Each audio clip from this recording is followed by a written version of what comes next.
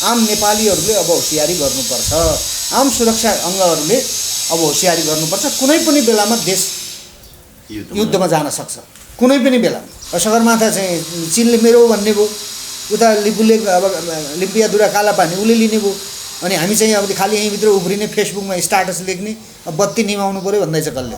Iraq र अफगानिस्तानमा हाने जस्तो माथिबाट चाहिँ हान्न थालेपछि को माइकालाल निस्किन्छ बाहिर, नेपालीहरू यस्ता नामर्दहरू निस्किन्छन्, फेसबुक चलाएर देश बचाउँछु भन्नेहरू निस्किन्छन्। देशको महत्त्व त्यति बेला बुझिन्छ जति बेला अरूले मारान्छ।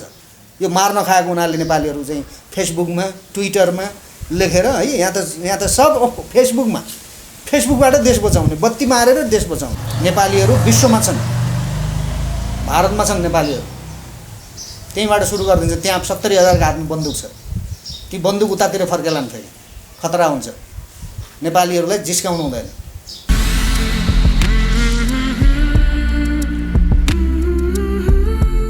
अनिलजी, स्वागत छ पिएनबी खबर.com मा।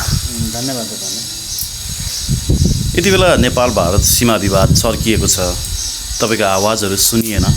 यस विषयमा तपाईँको तर्क र धारणाहरू के छ भनेर बुझ्नको लागि आज हामी यहाँसम्म आइपुगेका छौँ। के हो यो सिमाना, मिचिएको हो कि बेचिएको हो? अब मिचिएको चाहिँ देखिन्छ, अब बेचिएको भनेर अहिले अब बिना प्रमाण चाहिँ भन्न चाहिँ अलिकति मिल्दैन होइन। मिचिएको छ। अब यो अब नेपालको चाहिँ राजनीतिक इतिहासमा यो पहिलोचोटि चाहिँ यति ठुलो विवादमा चाहिँ दुई देश बिचको विवाद मुखरित भएको छ। अब यो एक हिसाबले अत्यन्तै संवेदनशील पक्ष पनि हो। किन संवेदनशील पक्ष हो भने दुई देशको सेना प्रमुखले समेत बोलेका छन्। भारतीय सेना प्रमुखले मनोज नरभानेले यो सीमा चाहिँ भारतीय पक्षबाट मिचिएको विषयप्रति नेपालीहरूले जुन आक्रोश व्यक्त गरे, जुन विरोध गरे, अब यो चाहिँ विदेशीहरूको उक्साहटमा गरिएको हो भन्ने उहाँको भनाइ आयो। अब त्यो सँगै हाम्रो प्रधान सेनापतिले नरभानेको चाहिँ भनाइको उपयुक्त जवाब उपयुक्त मञ्चमा हामी दिनेछौँ भनेर उहाँले भन्नुभएको छ। त्यस्ता कुराहरू सञ्चार माध्यममा आएका छन्। त्यसो भएको हुनाले यो नेपालको इतिहासमा चाहिँ नेपाल र भारत बिचको जुन एउटा मित्रवत सम्बन्ध थियो, यो कुनै पनि बेलामा युद्धको अवस्थामा जान सक्छ। अब त्यो खतरा देखिँदैछ। कुनै पनि बेलामा जान सक्छ। किन जान सक्छ भने यसका 2-3वटा कारण छन्। नेपालमा यस्तो चाहिँ काम गराइन्छ, भारतका विरुद्धमा सबभन्दा बढी चर्का नारा लगाउने नेपालको कम्युनिस्टहरू। यो काङ्ग्रेस भन्ने अहिले त कहाँ छ थाहा छैन। यो काङ्ग्रेस भन्ने पार्टीले त्यति चर्का कुरा गर्दैन। कम्युनिस्ट चाहिँ पार्टीहरूले, कम्युनिस्ट पार्टीका नेताहरूले भारतीय विस्तारवाद भन्दै उहाँहरू सत्तामा पुग्नुभयो पहिलो समयमा। पछिल्लो समयमा त्यही कम्युनिस्ट पार्टीबाटै चोइटिएको अर्को एउटा प्रचण्डजीको ग्रुपले भारतीय विस्तारवादसँग सुरुङ युद्ध गर्ने भनेर त्यही दिल्लीमै मुकाम खडा गरेर 10 वर्ष युद्ध गर्यो। यो त छर्लङ्ग देखिएको कुरा हो नि। यो मैले कुनै कल्पित कुरा गरेको होइन, देखिएको कुरा। अहिले पनि भारतका विरुद्धमा अथवा भारतले सीमा मिचेको छ, यसको कारणतिर गइएको छैन क्या। किन मिच्यो? पञ्चायतमा पनि त भारतको र हाम्रो सिमाना त थियो नि त। यो 46 पछि मात्रै भारतको र हाम्रो सिमाना जोडिया त होइन। यो त अनादिकालदेखि छ नि। भारत स्वतन्त्र हुनुदेखि अगाडिदेखि अथवा त्योभन्दा पछाडिदेखि नेपालको र हाम्रो त सिमाना जोडिएको छ। विवाद नभएको पनि होइन, भएको पनि हो। तर अहिले जुन हदमा विवाद भयो, यसको कारण नखोजिकन भारतका विरुद्ध मात्रै जुन खालको एउटा जनमत तयार गरिँदैछ अथवा हुँदैछ नि, यसले चाहिँ के चाहिँ यसको पछाडिको चाहिँ मकसद के हुनसक्छ भने यो जसरी चाहिँ यो माओवादीहरूले युद्ध गरे नि, त्यही खालको एउटा चाहिँ अर्को भारत विरुद्ध चाहिँ त्यो खालको एउटा मुभमेन्ट, चाहे त्यो सामाजिक आन्दोलनका माध्यमद्वारा भन्नुहोस् अथवा हिंसात्मक माध्यमद्वारा भन्नुहोस्, त्यस्तो एउटा परिस्थिति ल्याएर भारतलाई जबरजस्ती यहाँ हस्तक्षेप गराउने खालको रणनीति पनि हुनसक्छ क्या यहाँ। त्यसो भए उनीहरूलाई हामी जस्तो अलिकति सन्तुलित धारणा राख्ने देशभक्तहरूले, राष्ट्रवादीहरूले चाहिँ अलिकति सन्तुलित धारणा नै राख्नुपर्छ भन्छु म। किनभने भारतले योजनाबद्ध ढङ्गले यो भूगोललाई हस्तक्षेप गरेको छ। त्यो पहिलेदेखि गरेको छ। 46 सालको परिवर्तनपछि यो व्यवस्था र यो व्यवस्थालाई हाक्ने नेतृत्व, यो दुईटै कुरा भारतले चाहिँ हामीलाई चाहिँ उपहार स्वरूप दिएको। यो राजनीतिक नेतृत्व र यो व्यवस्था भारतीयहरूको कृपाद्वारा हामीले प्राप्त गरेका हौँ। यसमा नेपालीहरूको सहभागिता छ, मेरै पनि थियो 46 मा। त्योभन्दा पछि म लागिनँ हैन। 46 मा हामीले त चाहेको प्रजातन्त्र मात्रै हो नि त। त प्रजातन्त्रपछि त तपाईँको जनयुद्धको नाममा यिनीहरूले युद्ध सुरु गरे। फेरि यही व्यवस्थामा उहाँहरू आउनु भएको छ। व्यवस्था के ल्याएको त भाइ? त्यो केही पनि देखिँदैन। भनेको यो सीमाको विवाद, भारतसँगको हाम्रो यो टसल जुन छ, यो चाहिँ भारतीयहरूद्वारा हामीमाथि लादिएको व्यवस्था र लादिएको राजनीतिक नेतृत्वका कारण भारत र नेपालका बिचको र भारतीय जनता र नेपाली जनता बिचको द्वन्द्व चर्किन्छ। यो कुराको जिम्मेवार फेरि भारत नै हो। नेपाली जनता पनि जिम्मेवार छन् यसमा, हामी पनि छौँ। हामीले के बुझेनौँ भने व्यवस्था स्वाधीन हुन्छ, व्यवस्था अर्काको अधीनको हुँदैन। उसले चाहेको बेलामा चाहिँ व्यवस्था फालिदिने हैन, उसले चाहेको बेलामा कुनै व्यवस्था ल्याइदिने। भने के व्यवस्था चलाउँदैछौँ त हामी यो देशमा है? त्यसो भए हुनाले यो चाहिँ विवाद, यो देशको राजनीतिक नेतृत्वलाई नेपाली जनताले चाहिँ ठेगान लाउन सकेनन् भने भारत र नेपालको बिचमा युद्ध हुन सक्छ है। किनभने हिजो माओवादीलाई दिल्लीमा राखेर यो संसदवादी भन्नेहरूलाई सिंहदरबारमा राखेर लडाएको हो नि। यी दुईटै एकै ठाउँमा रहेछ नि। यिनीहरूलाई सत्ता चलाउनका निमित्त राज्य सत्तामा राखिदिने पनि त्यही भारत है, लगायतहरू पनि छन् त्यहाँ। र युद्ध गराउनका निमित्त पनि उसैले तयार गरेको छ, हात हतियार दिएको छ, तालिम दिएको छ, उनीहरूलाई सेल्टर दिएको छ। उदाहरणको लागि भारतका माओवादीहरूलाई, भारतमा छन् नि माओवादीहरू, भारतका माओवादीहरूलाई हामीले नेपालमा राखेर सुरक्षितपूर्वक राखेर भारतका विरुद्धमा लडाइँ गर्न दिन्छौँ कि दिँदैनौँ? सक्छौँ कि सक्दैनौँ? अथवा त्यो भारतले हामीलाई गर्न दिन्छ कि दिँदैन? मलाई लाग्छ दिँदैन। अब र सिमानाको कुरा, भूमिको कुरा। आज है म एउटा देशभक्त हुनुको नाताले भन्दैछु, यदि भारतको जमिनबाट कुनै अर्को देशले अथवा हामीले जसरी उसले बाटो लिएको छ, जसरी उसले चारैतर्फ चाहिँ उसले हाम्रो जमिनलाई अतिक्रमण गरेको छ, त्यसरी हामीले अतिक्रमण गरेको भए भारतले के गर्थ्यो? अर्को चीनले यदि भारतले जस्तै हैन चीनको भूमि हाम्रो भूमि अतिक्रमण गरेको जस्तो कसैले गरेको भए चिनियाहरूले के गर्थे? बडा गम्भीर प्रश्न गर्नु। किनभने हामी त दलालहरूबाट शासित भयौँ। हाम्रो सेनाको पनि काइते कुरा आयो नि। उपयुक्त समय भने कहिले हो? के हो त्यो उपयुक्त समय भने? ती दलका नेताहरूले वक्तव्य जारी गर्ने, परराष्ट्रले वक्तव्य जारी गर्यो, त्यसमा सिग्नेचरै छैन। सिग्नेचर नभएको पनि कुनै धारणा हुन्छ, त्यो राज्यको धारणा हुन्छ, सरकारको धारणा हुन्छ, बिना सिग्नेचरको वक्तव्य त्यस्तो फाल्दियो। म प्रधानमन्त्री के अरे प्रधान सेनापतिको म चाहिँ व्यक्तिगत रूपमा म आलोचना गर्दैन। त्यो सकल नेपाली सेना भोलि अप्ठ्यारो आइपर्यो भने उसको बाध्यता हुन्छ लडाइँमा अगाडि जानुपर्ने, उसको बाध्यता हो त्यो है। उसले जाँदिन भन्न पाउँदैन, जानुपर्छ उसले। तर यस्तो समयमा उसले विदेशीलाई भन्दा पनि यो देशलाई यो स्थितिमा पुगाउने को हुन् भन्ने कुरा नेपाली सेनाको नेतृत्वले भन्नुपर्थ्यो। भारतीय सेनाको हाम्रो सेनापति मानार्थ सेनापति हो है। भारतीय सेनापति नेपाली सेनाको मानार्थ सेनापतिको रूपमा चाहिँ मानेको छ। के सम्बन्ध हो यो? के चाहिँ सम्बन्ध यो हैन? बलियो सेनापतिले चाहिँ देश कब्जा गरिसक्यो, भूगोल लगिसक्यो, बाटो लिइसक्यो, अनि उसले के भन्दैछ? नेपालीहरू चाहिँ विदेशीहरूको डिजाइनमा भारतको विरोध गरेर राखेका छन्, हामीले हाम्रै जमिनबाट बाटो ल्यायो भन्दैछ। र यो त दादागिरी हो नि। त प्रधान सेनापतिले, नेपालको प्रधान सेनापति भनेको त मानार्थ भारतको प्रधान सेनापतिले भारतीय प्रधान सेनापतिलाई भन्न सक्छ नि,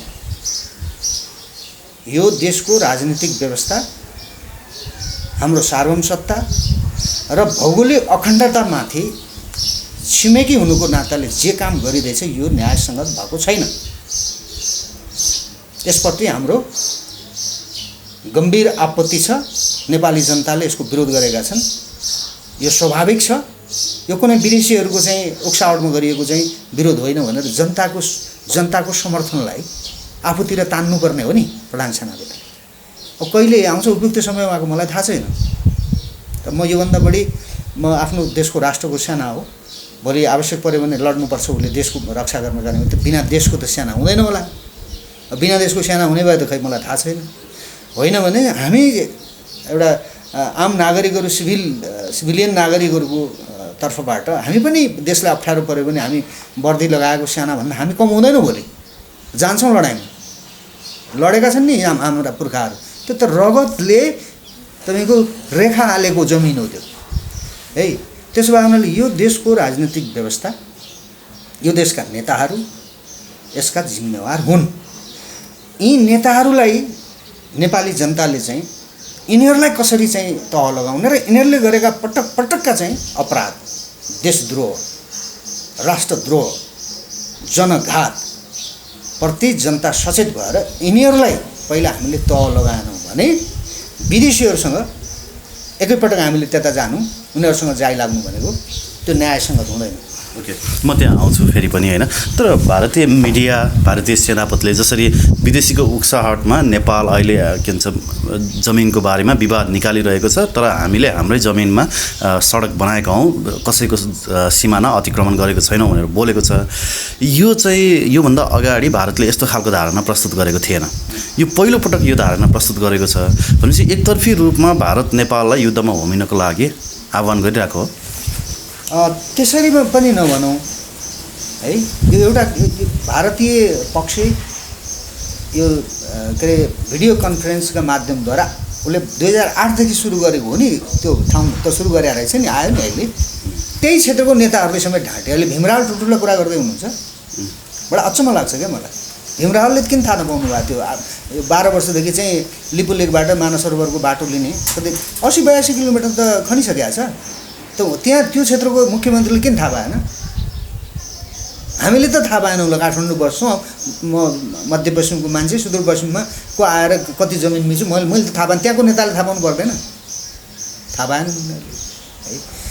भारतले युद्धको आह्वान गर्दैछ भन्दा पनि यहाँ समस्या चाहिँ यो कसरी स्टार्ट भइरहेछ भने हाम्रो भूमि मिचिएको छ, हाम्रो भूमि हस्तक्षेप भएको छ, हाम्रो भूमिबाट भारतले बाटो लिएको छ। यो रोक्नुपर्छ। यसका निमित्त नेपाली जनताले जस्तोसुकै मूल्य चुकाउन तयार हुनुपर्छ। अब यसरी नै मुलुक छोड्दै जाने हो भने त फेरि चिनले पनि आधा लैजाला, सगरमाथा जाला। गुगलबाट सगरमाथाको म्याप हटाइसक्यो भन्ने कुरा आइसकेको छ है गुगलले। भनेको यो देश त यिनीहरूले त्यस्तै गर्दै खेलाइ यिनीहरूले त बाँडी खाने भयो नि त है। त्यसो भए हुनाले यो कहाँबाट सुरु भयो यो द्वन्द्व भन्दाखेरि जब भारतीयहरूले नेपालको सब चाहिँ राजनीतिक क्षेत्रको जुन माइक्रो म्यानेजमेन्ट गर्थ्यो, बालुवाटारदेखि सिंहदरबारभित्र कसलाई प्रधानमन्त्री बनाउने, कसलाई मन्त्री बनाउने, कसलाई राष्ट्रपति बनाउने, कसलाई गृहमन्त्री बनाउने, कसलाई पुलिसको चिफ बनाउने, पछिल्लो समयमा त प्रधान सेनापति पनि कसलाई बनाउने, यो अहिलेको प्रधान सेनापतिलाई भारतीयहरूले रुचाएका थिएनन् भन्नेसम्म मैले सुनेको थिएँ। अर्को कोही बनाउन चाहेको थियो भारतले। तर अहिलेको प्रधानमन्त्रीलाई म यो मानेमा धन्यवाद दिन्छु। उहाँले 1-2 महिना अगाडि नै यो प्रधान सेनापतिलाई चाहिँ ओके भनेपछि उहाँ चाहिँ प्रधान सेनापति हुनुभयो। यो भारतको चाहनामा चाहिँ प्रधान सेनापति भएको थिएन। यतिसम्म भनेका थिए कि केपी ओली किसका बात मानेगा भाइ भनेर समेत इन्डियनहरूले सोधिराखेका थिए। यो के अरे प्रधान सेनापतिलाई चाहिँ यो पूर्णचन्द्र थापालाई प्रधान सेनापति नबनाउनका निमित्त त्यो रोल प्ले समेत भएको थियो भन्ने सुन्नमा आएको थियो।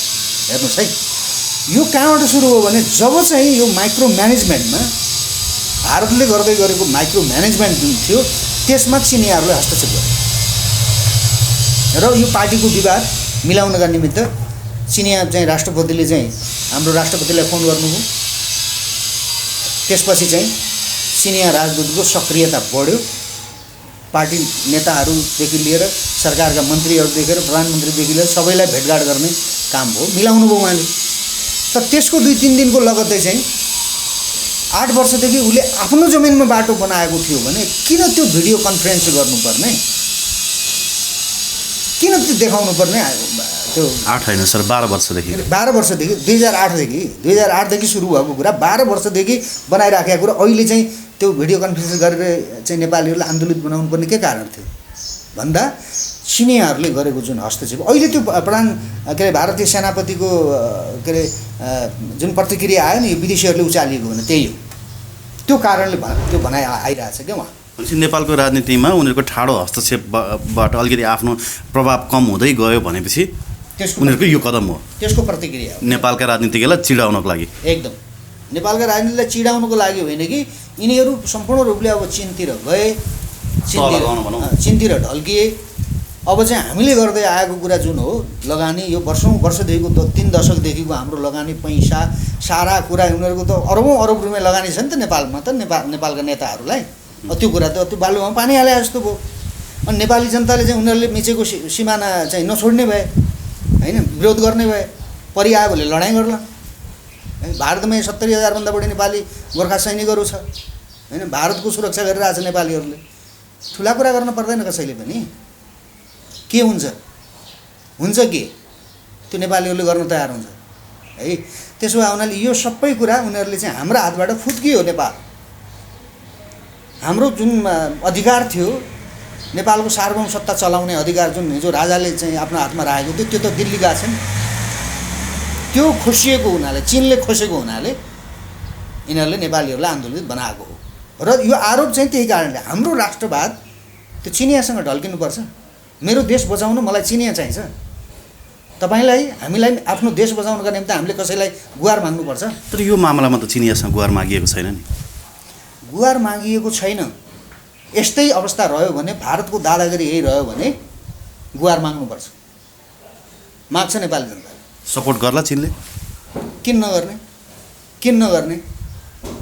सहयोग हामीले चाहियो भने हामी त एउटा स्वतन्त्र राष्ट्रको चाहिँ एउटा अस्तित्व 100औं वर्षदेखि 300, 400, 500, 1000औं वर्षदेखि भनौँ न एउटा अस्तित्वमा भएको देशले मलाई अप्ठ्यारो पर्यो छिमेकीबाट मलाई मद्दत चाहियो भनेपछि किन नगर्ने? गर्नुपर्ने संयुक्त राष्ट्रसङ्घलाई भन्छौँ हामी, भन्नुपर्ने हुन्छ। भनेपछि एक हिसाबले यसरी लिन सकिन्छ अब नेपाल भू राजनीतिको दलदलमा फस्दै गइसक्यो सम्पूर्ण रूपले। अब मैले भने नि अस्तित्वमाथि कुनै, मैले अघि पनि तपाईँलाई भने चीनको भूगोल यसरी कसैले मिच्यो भने चीनले के गर्छ? सेनाले भुटिदिन्छ नि त्यहीँ। भोट छ अस्ति भर्खरै पनि देखियो नि। भारत अहिले त्यो यदि हामी बलियो हुन्थ्यौँ भने भुटिदिन्थ्यो। यदि जङ्गबहादुर थियो भने भुटिदिन्थ्यो।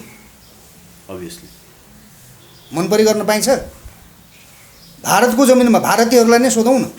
भारतको जमिनमा कसैले, उनीहरूले जसरी हाम्रो जमिनमा हस्तक्षेप गरिरहेछन् त्यसरी कसैले हस्तक्षेप गरेर छोड्छ उनीहरूले? हामीलाई त कमजोर बनेर हेप्या हो नि है। यो कमजोर कसले बनाएको त भन्दा यी नेताहरूले बनाएको बदमासहरू नेताहरू हो नि। चाहिँदो नचाहिँदो सम्बन्ध राख्ने है, चाहिँदा नचाहिँदा काम गर्ने, आफ्नो देश कमजोर बनाएर विदेशीहरूसँग चाहिँ मिलेर चाहिँ काम गर्न थालेपछि स्वाधीन होइन पराधीन व्यवस्था चलाउन थालेपछिको परिणाम हो। त्यसो भएर टेरेन। चीनले अहिलेसम्म राजनीतिक क्षेत्रमा हस्तक्षेप गरेका थिएन। अब त खुलेर गर्ने, अब भोलि सिमानामा गर्छ, के गर्नुहुन्छ? आज भारतले त्यसै गरेको छ हस्तक्षेप। पञ्चायत कालमा भएन यस्तो खालको हस्तक्षेप। पञ्चायतको टाइममा त्यहाँ बाटो बनाएको होइन त्यो। लिपुलेक मिच्दै चाहिँ मानस सरोवरसम्म बाटो लिने चाहिँ सुरुवात गरे होइन उसले। 12 वर्ष भयो भने कहिलेदेखि गरौँ हिसाब गरौँ न। त्यसो भए हुनाले यो चाहिँ के भने यो देशलाई भौगोलिक रूपमा भौगोलिक अखण्डतालाई पनि खण्डित गर्ने है, सार्वभौम सत्तालाई पनि खण्डित गर्ने, सामाजिक एकतालाई पनि खण्डित गर्ने, सांस्कृतिक एकतालाई पनि खण्डित गर्ने, यो सबै काममा नेपालका नेताहरूलाई उपयोग गरे विदेशीहरूले। त्यो कारणले आएको समस्या हो यो। त्यसो भए हुनाले मैले भने नि यो समस्याको समाधान के हो त भन्दाखेरि नेपालका नेताहरूलाई सत्ता सञ्चालन गर्ने उहाँहरूसँग अब कुनै नैतिक अधिकार रहेन। देशद्रोह गर्ने, आफ्नो देशको भूगोल अर्काले मिचुन्जेलसम्म चाहिँ ठिक छ, म त्यहाँ फेरि पनि आउँछु सर। जस्तो त्यसो भए अहिलेका राजनीतिज्ञहरूलाई उत्तरतर्फ ढल्के भनेर यो चीनले भारतले तह लगाउनको लागि यो कार्य गरिरहेछ। अब भारतसँग गएर फेरि दिल्लीमा सम्झौता भयो भने यो विवाद साम्य हुन सक्छ। अब नेपाली जनताले मान्दैन यो कुरा, किनकि सेनाको लेभलमा कुरा उठिसक्यो। यो कुनै यो पार्टीका नेताहरूले हिजो गएर त्यो कालापानीमा चाहिँ खुकुरी नचाहेको जस्तो है, त्यति मात्रै कुरा होइन यो। दिल्लीले त धेरै कुरा साम्य पार्ने सामर्थ्य राख्छ नि त। फेरि दिल्लीले सामर्थ्य राख्छ, नेपाली जनताले बुझ्नुपर्छ अब यो कुरा। नेपाली जनताले मान्दैन।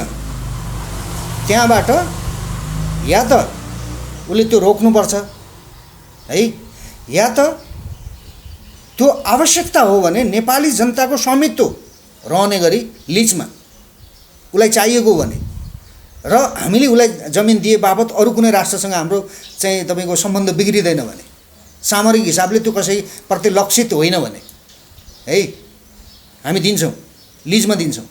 हामीले उपभोग गर्न नसकेको जमिन हो दिन्छौँ, तर लिजमा दिन्छौँ। दिउँला, हामीसँग माग्नु पऱ्यो, होइन जबरजस्ती गरेर लिने हो। त्यसो भए अब उसले दिल्लीमा बोलाएर दलालहरूलाई राखेर यसो गऱ्यौँ उसो गऱ्यौँ, यसको कुनै अर्थ छैन। किन अर्थ छैन भने भारतसँग भएका तमाम सन्धि सम्झौताहरू, असमान सन्धि सम्झौताहरू र सिमानाका जो विवादहरू छन् त्यसलाई सल्ट्याउनका निमित्त दुईवटा विज्ञको टिम बन्यो, भारतको पनि बन्यो, नेपालको पनि बन्यो। त नेपालले दिएको त्यो विज्ञको टिमको एकजना चाहिँ मसँग सँगै काम गर्नुभएको पूर्व अख्तियार आयुक्त सूर्यनाथ उपाध्याय मसँग हुनुहुन्थ्यो। मैले उहाँसँग सोधेको छु, सबै कुरा सल्ट्याउने गरिकन सुझाव दिएको छ नेपालको पक्षबाट, तर के गर्यो? सुन्दै सुनेन। विज्ञको टिम बनाएको छ, सुझाव दिएको छ नेपालको तर्फबाट, सुन्दै सुनिराखेको छैन।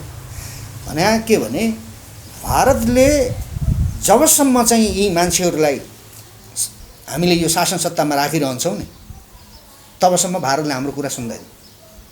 किन सुन्दैन भने यो देशको सबै कुरा त उसका मान्छेहरूको हातमा छ नि, नेपालीहरूको हातमा होइन। नेपालीहरूको अनुहार मात्रै हुन्, कपडा मात्रै हुन् यिनले लगाएका।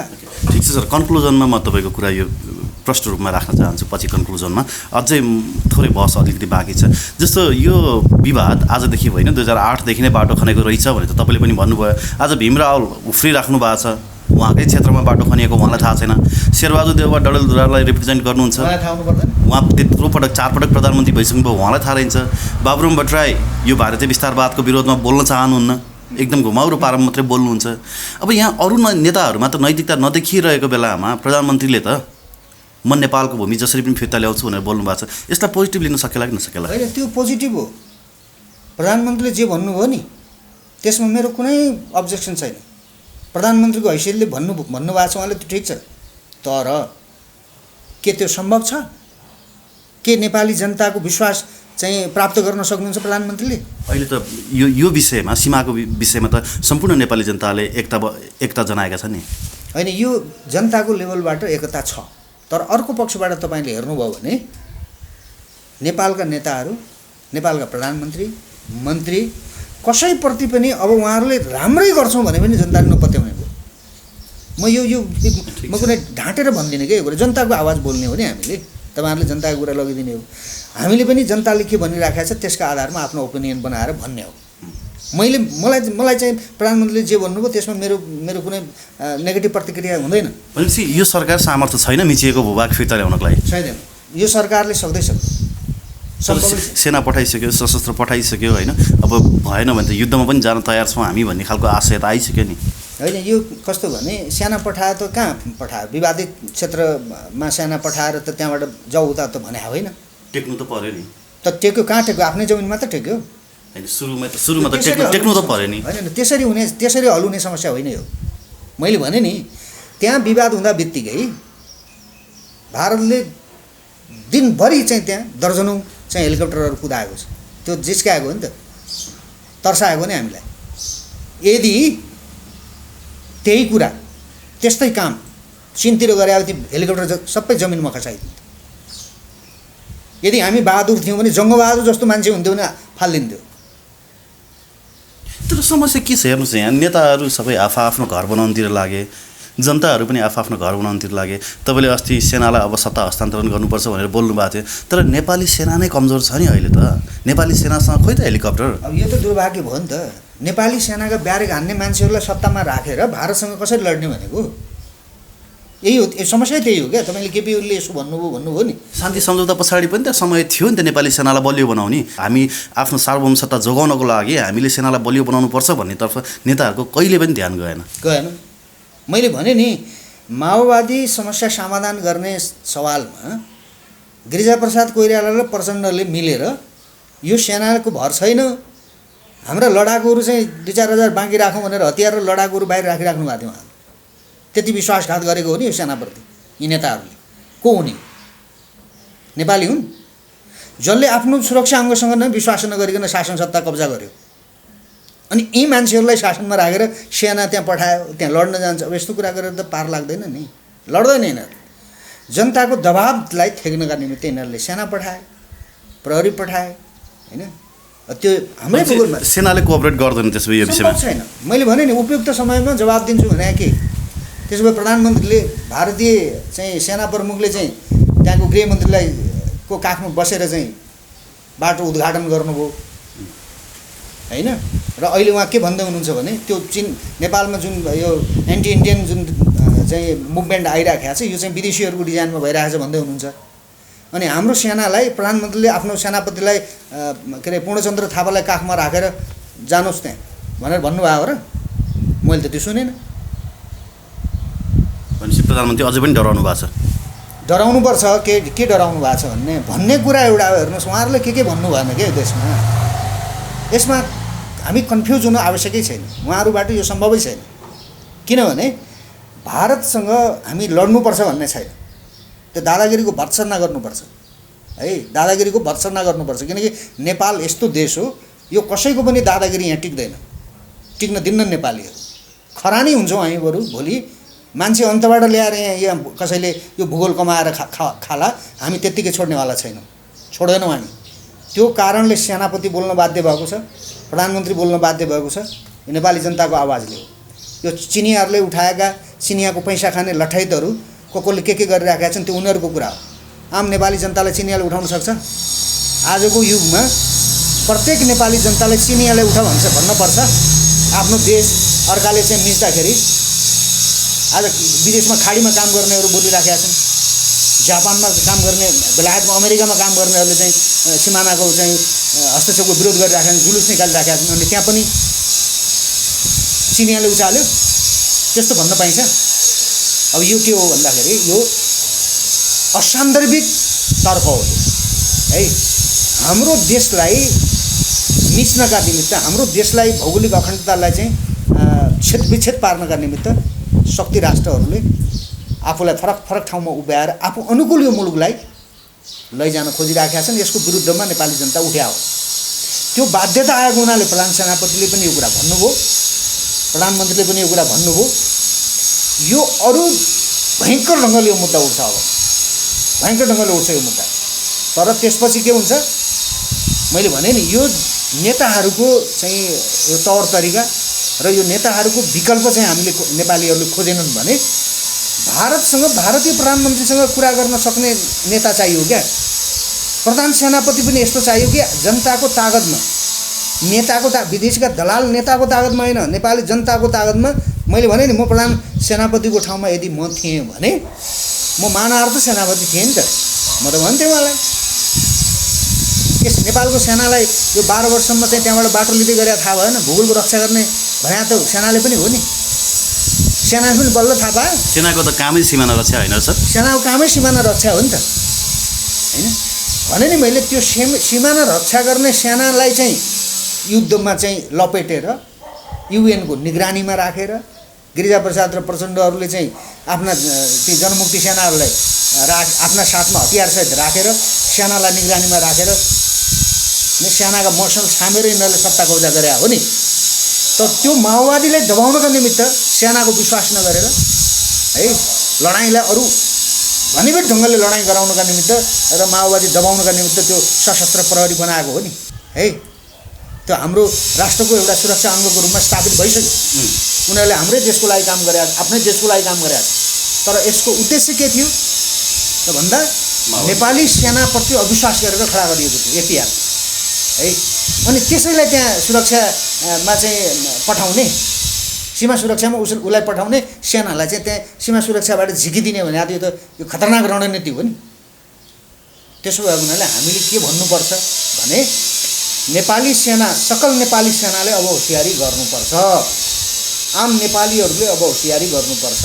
आम सुरक्षा अङ्गहरूले अब होसियारी गर्नुपर्छ। कुनै पनि बेलामा देश युद्धमा जान सक्छ। कुनै पनि बेलामा यदि युद्धमा नजाने हो भने यो राजनीतिक व्यवस्था, यी नेताहरू जो भारतले ल्याएर राखेको छ, यिनीहरूलाई साइ लगाउने अरू कोही बलिया मान्छेहरू हैन, पार्टीभित्रै छन्, पार्टी बाहिर छन्, अरू बलिया मान्छेहरूलाई चाहिँ शासन सत्तामा ल्याएर नेपाली जनताले भारतसँग होस् या चीनसँग जोसँग पनि कुरा गरेर आफ्नो सार्वभौम सत्ता, भौगोलिक अखण्डताको रक्षा गर्नका निमित्त आफ्नो भूगोल 1 इन्च जमिन पनि चाहिँ कसैलाई जथाभावी गर्न चाहिँ पाउँदैन तिनीहरूले भन्न सक्ने, जनताको आडमा, जनताको तागतमा भन्न सक्ने राजनीतिक नेतृत्व ल्याएपछि यो समस्या सबै हल हुन्छ। फेरि यो ठुलो कुरा होइन। ओके, अब नेपाललाई जातीयताको आधारमा लडाउने भिडाउने एउटा ठुलो ग्रान्ड डिजाइन थियो 67 ताका, त्यो असफल भयो।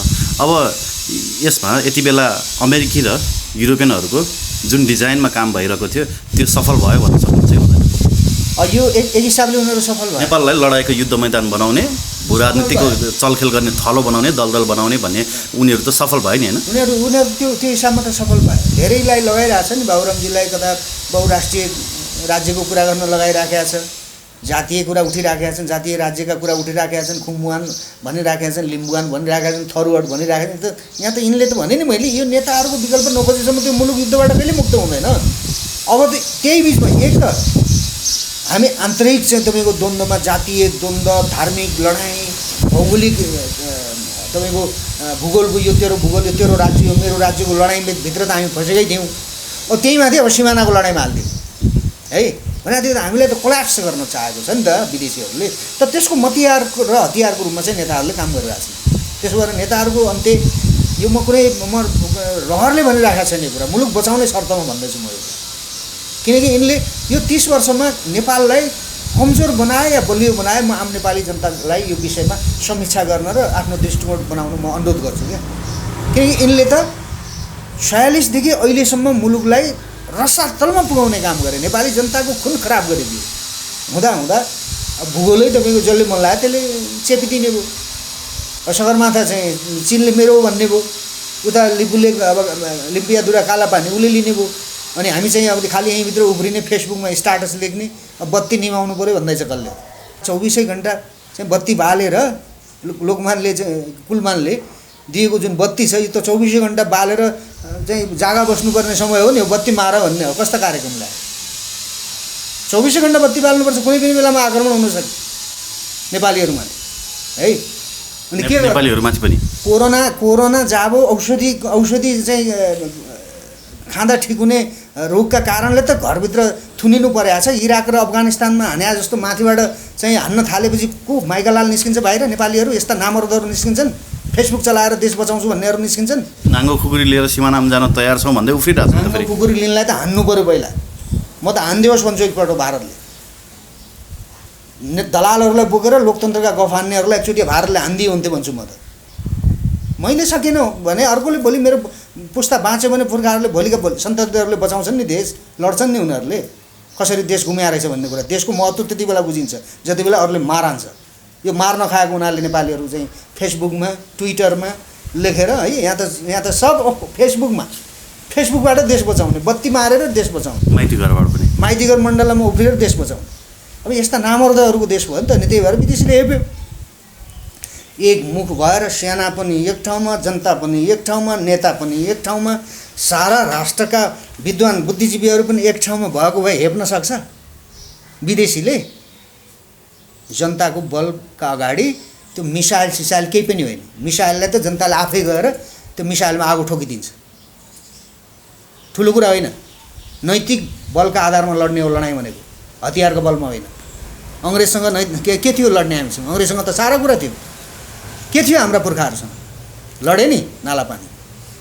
त्यसो भए हुनाले यो नैतिक बलमा लड्ने लडाइँ हो। नेपालीहरूको धोती फुस्किसक्यो है। त्यसो भए हुनाले यो देश जोगाउने हो भने एउटै मात्र उपाय, यिनीहरूको विकल्प खोज्ने, अनि अलिकति चेत भएको, स्वाधीन र तन मन नेपाली भएको, क्या नेपाल मेरो हो भन्ने कुराको अनुभूति भएको, सत्तामा बस्नका निमित्त कुनै देशी विदेशी तत्त्वहरूसँग चाहिँ शिर झुकाएर म सत्तामा जान्छु भन्ने खालको उद्देश्य नभएको, मौका परे देश बनाउँछु गर्छु, मौका परेन भने मलाई केही चित्त दुखाइ छैन, तर मेरो देश कमजोर हुनु हुँदैन भन्ने खालको स्वभाव भएको मान्छे चाहियो। समय होला हामीसँग त्यति? त्यो समय त हामीसँग धेरै छैन, धेरै समय छैन। अबको चाहिँ यो 1-2 महिनाभित्रमा नेपालीहरूले एउटा कठोर निर्णय नगर्ने हो भने हामी फस्छौँ, फसाइदिन्छ हामीलाई, आन्तरिक द्वन्द्वमा फसाइदिन्छ। अनि त्यसपछि सिमानाको त्यो लफाडा सिद्धिन्छ। यहीँभित्र लडेर मर्न थालेपछि सिमाना को खोज्ने? कसले खोज्यो हिजो सिमाना? कालापानीमा चाहिँ सेना हटाउनुपर्छ भनेर माओवादीको युद्धको बेलामा बाबुराम र प्रचण्डहरूले भनेन? मैले त एक दिन पनि सुनेन। सुरुङ युद्ध गर्ने चाहिँ भारतका विरुद्ध भने, त्यो चाहिँ सुने आयो मैले, तर कालापानीबाट भारतीय सेना हटाउनुपर्छ भनेनन्। अनि भोलि यहीँभित्र लडाइँ दिएर जातका आधारमा, धर्मका आधारमा यो सङ्घीयता फङ्घीयता के ल्याएको छ यिनीहरूले, यसका आधारमा यहीँ ठोक्का गर्न थालेपछि अनि कालापानी खोज्नु को जान्छ? फुर्सद हुन्छ कसैलाई? त्यसो भएर हामीलाई सिद्ध्याउने यी सबै डिजाइन हुन्। हामीले विकल्प खोज्नुपर्छ। विकल्प के हो भने पृथ्वीनारायण शाहले अवलम्बन गरेको कूटनीति कि हामी कसैको कतै पनि नढल्किने असंलग्न परराष्ट्र नीति हाम्रो है, त्यो कूटनीतिलाई अवलम्बन गर्नु पर्यो। यहाँ खुस परे भारततिर ढल्किने, भारतसँग चाहिँ टसल पऱ्यो भने चीनतिर चाहिँ टसल पऱ्यो भने भारततिर, यस्ता खालका दुक्लाहरूले ल्याएको समस्या हो नि। त हाम्रो केही पनि नभएपछि हेप्दैन विदेशीले। त्यसो भए त्यो कूटनीतिलाई अवलम्बन गर्नु पर्यो। अर्थनीतिलाई चाहिँ पृथ्वीनारायण शाह प्रजा बलिया भए राष्ट्र बलियो हुन्छ भन्ने, जनतालाई धनी बनाऊ, यो पुँजीवादी जुन अर्थतन्त्र छ यसलाई जनतालाई धनी बनाएपछि मात्रै देश बलियो हुन्छ भन्ने उहाँको अर्थनीति थियो। त्यो अर्थनीतिलाई अवलम्बन गर्नु पर्यो। सांस्कृतिक नीति आफ्नै चाहिँ धर्म, आफ्नै के अरे सहरका चाहिँ बाजा गाजा संस्कृतिलाई ल्याएर नचाउ गाउ गीत गाउ, विदेशी संस्कृतिलाई अवलम्बन गरेर नगएर आफ्ना कुला धर्म मानिराख अनि थामिन्छ देश भनेको थियो। अब त्यतातिर गएनौँ भने यो देश रहँदैन। अब त्यहाँ पुग्नका निमित्त नेपालीहरूले पृथ्वीनारायण शाहलाई अध्ययन गर्नु पर्यो। जसले देश बनाइदिएको हो उसलाई अध्ययन नगरिकन देश कसरी बाँच्छ? मार्क्सवाद यो माओले बनाइदिया देश हो? मार्क्सवाद पढेर मात्रै बचाउनलाई? गान्धीले बनाइदिया देश हो कि गान्धीवाद? प्रजातन्त्र कसले यो प्रजातन्त्रले बनाएको देश हो र भने? यो प्रजातन्त्र देश भएपछि आएको हो नि। त्यसमा यो व्यवस्थाको विकल्प खोज्नतिर लाग्नुपर्छ। यदि यो व्यवस्थाको विकल्प खोजिएन भने, व्यवस्थाको विकल्प भनेको के भने प्रजातन्त्रको विकल्प होइन। प्रजातन्त्र भनेको त्यो एउटा सिस्टम मात्रै हो। त्यसलाई व्यवस्था जस्तो बनाउने त फेरि मान्छेले हो नि। आज आमूल परिवर्तन भएको छ। विश्वले नयाँ नयाँ टेक्नोलोजीको चाहिँ विकास गरेको छ। अब तपाईँको हातको यो माइक कसैले खोसिदियो भने त्यो सम्भव छ? असम्भव। तर गलत काम गर्नेहरूलाई जे गर्दैछ हतियार त खोज्नु पऱ्यो नि, बन्दुक त खोज्नु पऱ्यो नि, खुकुरी त खोज्नु पऱ्यो नि। शासन व्यवस्था आफ्नो मुलुक हित विपरीत चाहिँ सञ्चालन गर्न नसक्नेहरूको हातबाट शासन त खोज्नु पऱ्यो नि। हो त्यो खोज्ने भने हामी त्यो खोसेपछि विदेशीहरू पनि अब नेपालीहरूसँग नसकिने रहेछ, यिनीहरूले त आफ्नोलाई पनि बाँकी राखेनन् भन्ने खालको स्थिति हुन्छ। त्यो स्थिति भयो भने त्यसपछि विदेशीसँग पनि डायलग गर्न सजिलो हुन्छ है। यो त हामीले त लड्नुपर्ने त विदेशीले हाम्रा काँधमाथि ल्याएर चढाइदिएका दलालहरूसँग हो लड्नुपर्ने, भारतसँग होइन, अहिले चीनसँग होइन, कसैसँग होइन, यी दलालहरूसँग लड्ने। नेपाली जनताले आन्तरिक रूपमा पहिला यिनीहरूलाई आफ्ना चाहिँ आफूसँगैका भएका दलालहरूलाई जब हामीले चाहिँ तपाईँको साइजमा ल्याउन सक्दैनौँ नि, तबसम्म विदेशीहरूले अरू अरू आफ्नो हात फैलाउँछन् र मुलुकलाई कमजोर बनाउनतिर लाग्छन्। त्यतापट्टि नेपालीहरूको ध्यान जानुपर्छ। सीमा समस्याको त्यसो भए अन्तिम विकल्प भनेको व्यवस्था परिवर्तन मात्रै हो। व्यवस्था परिवर्तन बाहेक अर्को कुनै विकल्पै छैन। यिनीहरूले गर्ने डायलगले कति डायलग गरे नि। खुर्दलोटनको विषयमा कति डायलग भयो, कोशीको बारेमा कति डायलग भयो, तपाईँको कालापानीको विषयमा कति डायलग भयो, के बाँकी रह्यो है। त्यसो भए हुनाले यो भने नि महाकाली सन्धि अहिलेको प्रधानमन्त्रीजीले बलजफ्ती गर्नुभयो। के फाइदा भयो हामीलाई? महाकाली उसले नक्कली महाकाली बनाएर चाहिँ सक्कली माओवादी के अरे महाकालीलाई अर्कोतिर पारेर उसले चाहिँ हाम्रो भूमि भन्यो। अनि के काम भयो त त्यो महाकाली सन्धि गरे? त प्रत्येक चाहिँ घटनामा, प्रत्येक सन्धिमा, सम्झौतामा नेपालका नेताहरूले राष्ट्रघात गरेका छन्, नेपाली जनताप्रति अन्याय गरेका छन्। त्यसो भएको हुनाले यिनीहरूको विकल्प खोजिएन भने यो मुलुकको रक्षा हुन सक्दैन र यो सीमा विवाद पनि टुङ्गिँदैन। सीमा विवाद टुङ्ग्याउनलाई त आफ्नो मुलुकको कुरा राख्न सक्ने बहादुर चाहियो नि अगाडि है। काइते कुरा गरेर त भएन नि। यी सबै काइते कुरा हुन्। मैले भने नि सेनापतिको कुरा पनि काइते नहोस् है। नेपाली जनताको कुरा सुनोस् सेनापतिले। जनताको देश हो यो। जनताको साथ बिना यो भूगोलको रक्षा हुन सक्दैन। त्यो कुनै उपयुक्त फोरममा गएर भाषण गरे भरमा चाहिँ कुरा राखे भरमा देश बाँच्दैन। उहाँले भन्नुपर्छ भारतीय सेनापतिलाई, भारतीय प्रधानमन्त्रीलाई, सेनापतिले भन्नुपर्छ यी नेताहरूले भनेर अब मान्नेवाला छैन भारत। किन मान्दैन थाहा छ तपाईँलाई? किनकि यिनीहरूले त धोका दिए नि।